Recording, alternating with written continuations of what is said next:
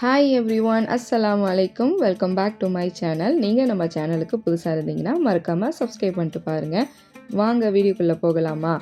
இந்த விலாக் வந்து லைலத்து கதிர் அப்போது எடுத்த விலாக் தான் இது.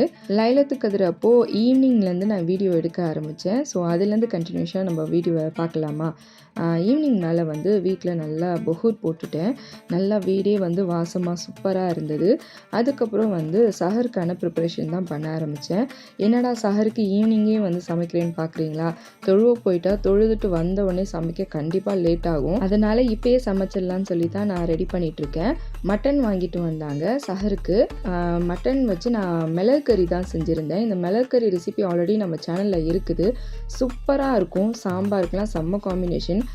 மிளகு சீரகம் வந்து ஒன்றும் பாதியமாக வந்து மிக்ஸில் நல்லா நீங்கள் ஒரு நுணுக்கிட்டு இதுக்கு வெங்காயம், மல்லித்தலை, காஞ்ச மிளகா, உப்பு, மஞ்சத்தூள், அவ்வளோதான். இதுக்கு இஞ்சி பூண்டோ தக்காளியோ இல்லை மிளகாய் தூளோ இதெல்லாம் எதுவுமே தேவையில்லை. அந்த மிளகு சீரகம் போட்டாலே போதுங்க. நல்ல வாசம், நல்ல மணமாக இருக்கும். இந்த குக்கரில் வந்து நீங்கள் விசில் விடும் போதே அந்த மிளகறி வாசம் வந்து உங்களுக்கு சாப்பிட்றதுக்கு ரொம்ப டெம்ட் ஆக்குங்க. கண்டிப்பாக சொல்கிறேன், நீங்கள் ஒரு தடவை ட்ரை பண்ணி பாருங்கள். நீங்கள் அப்பப்போ இதை நீங்கள் செஞ்சு சாப்பிடுங்க. நான்வெஜ் நீங்கள் செய்கிறதா இருந்தீங்கன்னா இந்த மிளகு கறி செம்மையாக இருக்கும். ட்ரை பண்ணி பாருங்கள். அதுக்கப்புறம் ஈவினிங் மேலே அசர் தொழுதுட்டு குரான் ஓத ஆரம்பிச்சிட்டேன். குரான் ஆல்ரெடி முடிச்சிட்டேன். ஃபைனலாக ஒரு 2-3 சூறா மட்டும் இருந்தது. அதையும் முடிச்சுட்டு குரான் ஹத்தம் பண்ணிட்டேன். அப்புறமா லைலத்து கதிருக்கு போட வேண்டிய ட்ரெஸ்லாம் எடுத்து வச்சுட்டு இருந்தேன். 2-3 ஷர்ட் ஹஸ்பண்டுக்கு எடுத்திருந்தேன். நான் சாரீ வந்து ரொம்ப கிராண்டாக இந்த வாட்டி எடுக்கலை. இந்த பூனம் சில்க் தான், இந்த சாரீ தான் எடுத்திருந்தேன். ரொம்ப சாஃப்டாக இருக்கும். இப்போ அடிக்கிற வெயிலுக்கு ரொம்ப கிராண்ட் ஒர்க் எடுக்கிறதுன்னு தோணவே இல்லைங்க. அதனால் ரொம்ப சிம்பிளாக தான் நான் சாரியை எடுத்தேன். இதுக்கு இந்த ஒரு சிம்கா வந்து க்யூட்டாக இருந்தது, கோல்டன் கலரில். இதுவும் அப்புறம் இந்த செயினும் வாங்கியிருந்தேன். அதுக்கப்புறம் வளையல் வாங்கியிருந்தேன். இது ரொம்ப சூப்பராக இருந்தது. இது 235 தான். கேவி டெக்ஸில் வாங்கியிருந்தேன். சூப்பராக இருந்தது பேங்கிள்ஸ்லாம்.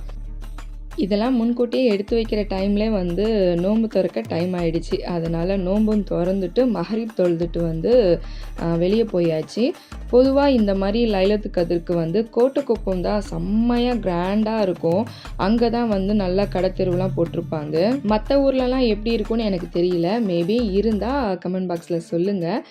ஒவ்வொரு வருஷமும் நான் கோட்டக்குப்பம் நான் போகாமல் இருக்க மாட்டேன். அங்கே கண்டிப்பாக வந்து இந்த செலிப்ரேஷன் போய் பார்த்துட்டு வருவேன். லைட்டிங் ஒர்க்லாம் சூப்பராக அழகாக பண்ணியிருந்தாங்க. அவ்வளோ கூட்டமாக இருந்தது. நிறைய கடத்தெரு போட்டு இருந்தாங்க.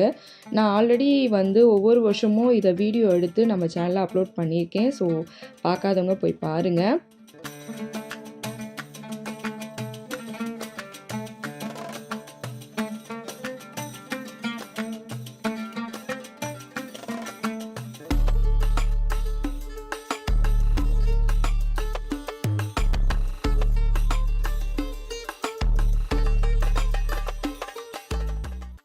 எப்படிங்க, சூப்பராக இருந்ததா? நிறைய கடத்தெரு போட்டுருந்தாங்க.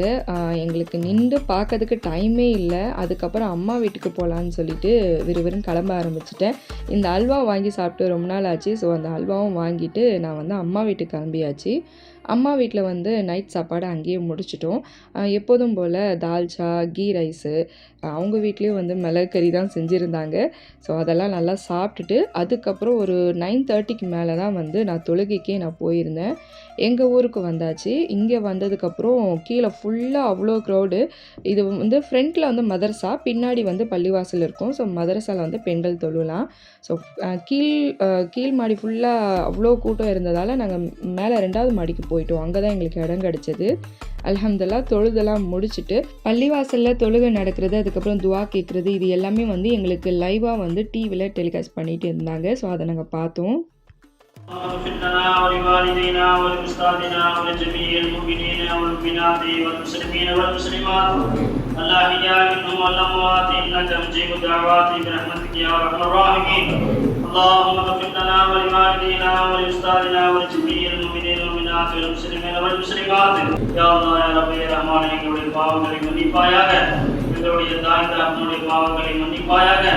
எங்களுடைய மனைவி மக்களுடைய பாவங்களை மன்னிப்பாயாக. எங்களுடைய உற்றார் உறவினர்களின் பாவங்களை மன்னிப்பாயாக. அல்ஹம்துலில்லாஹ் இன்னொரு பக்கம் தொழுகை நடக்குது. இன்னொரு பக்கம் வந்து நிறைய பேர் வந்து சீர்னி வந்து எல்லாம் எடுத்து வச்சுட்டு இருந்தாங்க. சீர்னினா இப்போது தொழுகை முடிஞ்சதுக்கப்புறம் லைலத்துல் கத்ருக்கு கையில் வந்து சீனி கொடுப்பாங்க.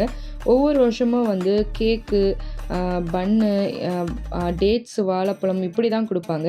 இந்த வாட்டி எங்கள் ஊர் பள்ளிவாசலில் வந்து சிக்கன் பிரியாணியும் கூட வந்து ஸ்வீட்ஸு, பூவந்தி, இந்த மாதிரி கப் கேக்ஸு, ரோஸ் மில்க் இந்த மாதிரிலாம் கொடுத்தாங்க. ஸோ சூப்பராக அல்ஹம்துலில்லாஹ் சூப்பராக நடந்தது. அதெல்லாம் முடிச்சுட்டு சீனி வாங்கிட்டு அதுக்கப்புறம் நாங்கள் வீட்டுக்கு வந்துட்டோம். தராவியை முடிச்சுட்டு அதுக்கப்புறம் கடத்தெருலாம் சுற்றி பார்க்க போயிருந்தோம். அதை முடிச்சுட்டு வீட்டுக்கு வரவே வந்து ஒரு 3 மணி ஆயிடுச்சுங்க. அதனால் வந்து சாப்பாடு எதுவுமே வைக்கல. சிக்கன் பிரியாணி இருந்ததால் அதை வச்சு நாங்கள் சஹர் வச்சுட்டோம். அல்ஹம்துலில்லாஹ் இன்னும் 2 நோன்பு தான் இருக்குது. இன்ஷா அல்லாஹ் நல்ல விதமாக அந்த நோன்பை வச்சு முடிங்க. எல்லாருக்காக துஆ செய்யுங்க இன்ஷா அல்லாஹ். அடுத்த ஒரு vlogல சந்திக்கிறேன். அது வரைக்கும் பாய்.